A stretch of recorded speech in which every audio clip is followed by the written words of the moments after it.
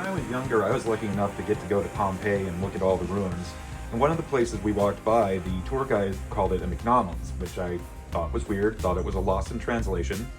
It was years later I learned that they did have a hand food that's very similar to a hamburger, and we actually have a recipe for that from a guy named Apicius. And I always thought it was very interesting.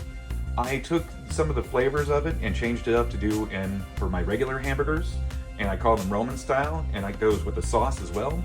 So what we're going to need today is a pan for the sauce and a spatula for the sauce. You're also going to need a sharp knife and a cutting board, a couple spoons, small bowl that you're going to mix your spices and your pine nut in, and then a bowl large enough for you to be able to put the meat in with the spices and stir it around almost like you're doing a meatloaf. So with that, let's get into the ingredients and start to cook. So I really like doing these. It's a little bit different than a normal burger. It's kind of a cross between a hamburger and meatloaf. So what we're going to do is we're going to take the ground meat and we're going to mix a bunch of stuff together. So the first thing we want is breadcrumbs. That's going to be a binder. You're going to want to have some Worcestershire sauce, balsamic vinegar. We're going to need some garlic, rosemary, oregano, black pepper, and we have pine nuts, and we're going to crush these up, and they are really good in there. It adds a layer of a nice healthy fat, and it makes the burger much, much juicier. We're also going to make a homemade sauce to go on top of it. It's a little like Thousand Island or the animal style sauce that you get at In-N-Out Burger. So for that, you're going to need a shallot, ketchup, mustard, mayo, relish. We're also going to do a grilled onion slice on top of that. So that one's up to you. I'm just showing you the basics. Put whatever you want on top. I know some people like tomatoes and pickles and all that good stuff. So whatever, this is just the basic to get you started. So this is how we're going to prepare the stuff to go into the meat. Now, if you have a food processor, you can just throw all this stuff in, turn it on. That's perfectly a great way of doing it.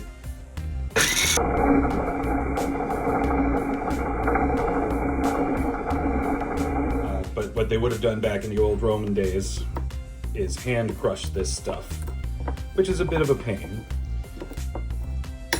So pine nuts can be a little bit expensive, and if you do have a food processor, they don't taste super dissimilar to pistachios.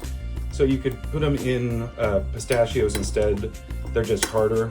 I don't think you can mash pistachios like you could do this, but you're just going to keep going for a little while. You don't need it to be a fine powder, but you don't want it to be super chunky. And a little bit goes a long way, so you want to start with whole nuts that are between a teaspoon to 2 teaspoons worth. So after we get that mashed up, we're going to go in with our oregano. Pretty decent amount.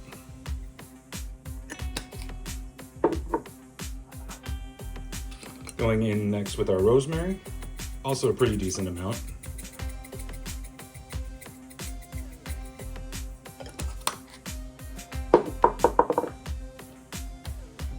Now some of the black pepper.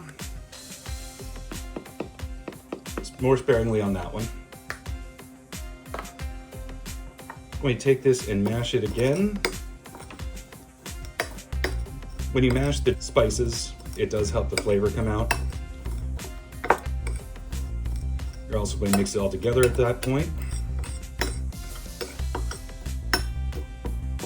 Then we'll drop it in here and add our wet ingredients and our breadcrumbs, and I'll show you how that goes once I get the next shot set up. All right, now we're going to go in with our breadcrumbs. Get a pretty decent sprinkle in there. Now we're going to start with the wets. So first, doing the garlic. About a tablespoon, up to you on how garlicky you want it. Now we don't want this to be super wet, we just want it to have some of these nice flavors in it. So the original Roman burgers had something called garum in it, and that's a fish sauce. It's a little strong. I've actually seen somebody make it, and I think you should go with a different fish sauce, which is Worcestershire. And yes, it's made from anchovies, so it is technically a fish sauce. And theirs also had breadcrumbs that were soaked in some white wine. I don't really feel like having wine in this one today, so that's why we're doing vinegar, but you could do wine instead. Then once all that's in, you just start mushing it, mashing it, just like you would with a meatloaf.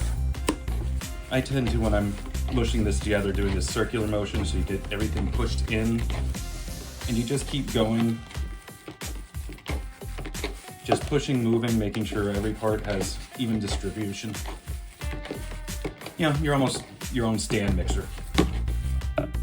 So you can see we have a few spots that aren't getting it, so just keep working it until everything's everywhere.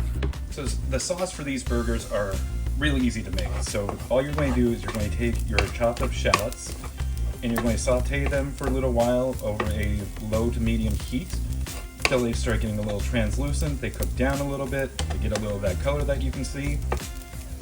And once it gets to that point, you're going to go ahead and turn off your heat. And then you're going to go in with 2 big heaping things of mayo.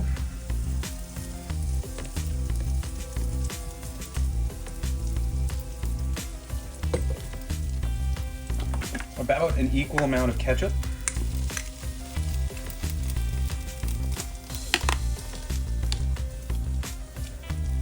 Just a little bit of mustard. Stir that all around at this point.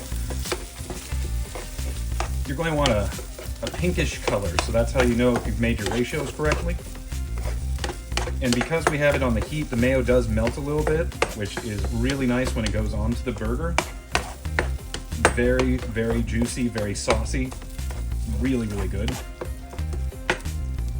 So this is about as pink as we want it. You could add a little bit more mayo and lighten it up just a little bit. Completely up to you.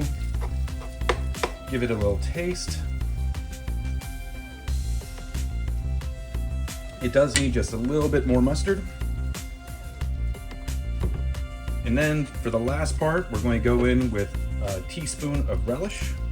Now you can add more if you want. Up to you. I like to have extra in there personally, but if you're not really a fan of relish, you can cut back on that and just mix it up. If you wanted, you could add any spices to this, salt, pepper, but it's got a lot of salt from the relish already, so you should be fine. Give that another quick taste test. Yep, that's it.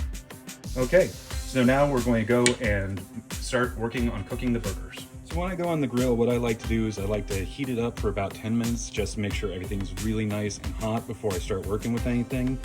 And then the side I'm going to put stuff on, I put that down to low. Keep this over on high just so it has more circulation as it's cooking. We also, if you have one of those barbecue sprays, you can use that. I'm also always a little weary of the flame coming back up. So you can also take some olive oil, spritz it down like that. Now this is going to be different depending on your particular barbecue. I find my stuff cooks the best if it's in the center.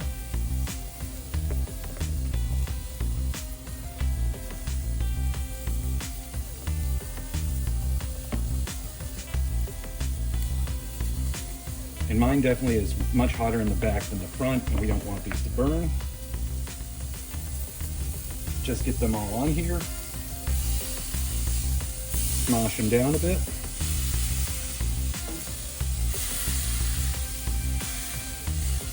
Now we're going to cook this for 3 minutes, flip them. All right, we've done it for 3 minutes. We're flipping them over. Got some nice grill marks going on them. It's the problem with shaky hands. Sometimes it's hard to flip.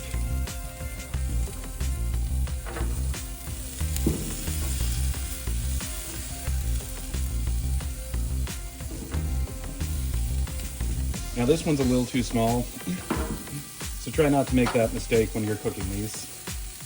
Make them a little bit bigger. Okay. And then at this point, we're going to give another little spray over here where it's hotter.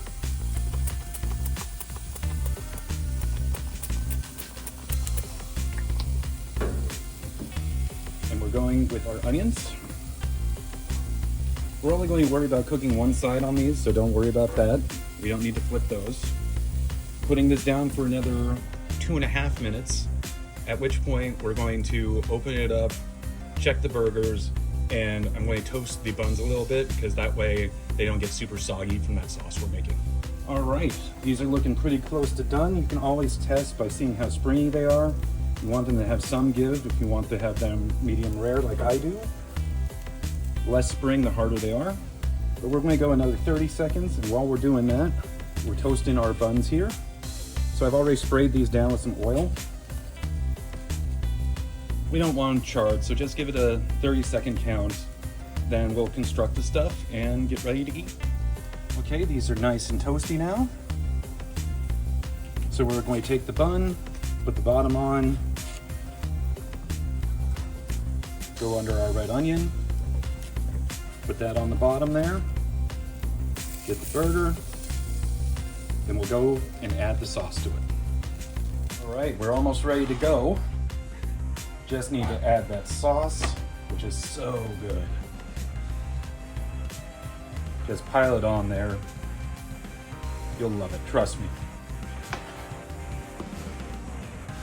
And with that, it's time to sit down and eat.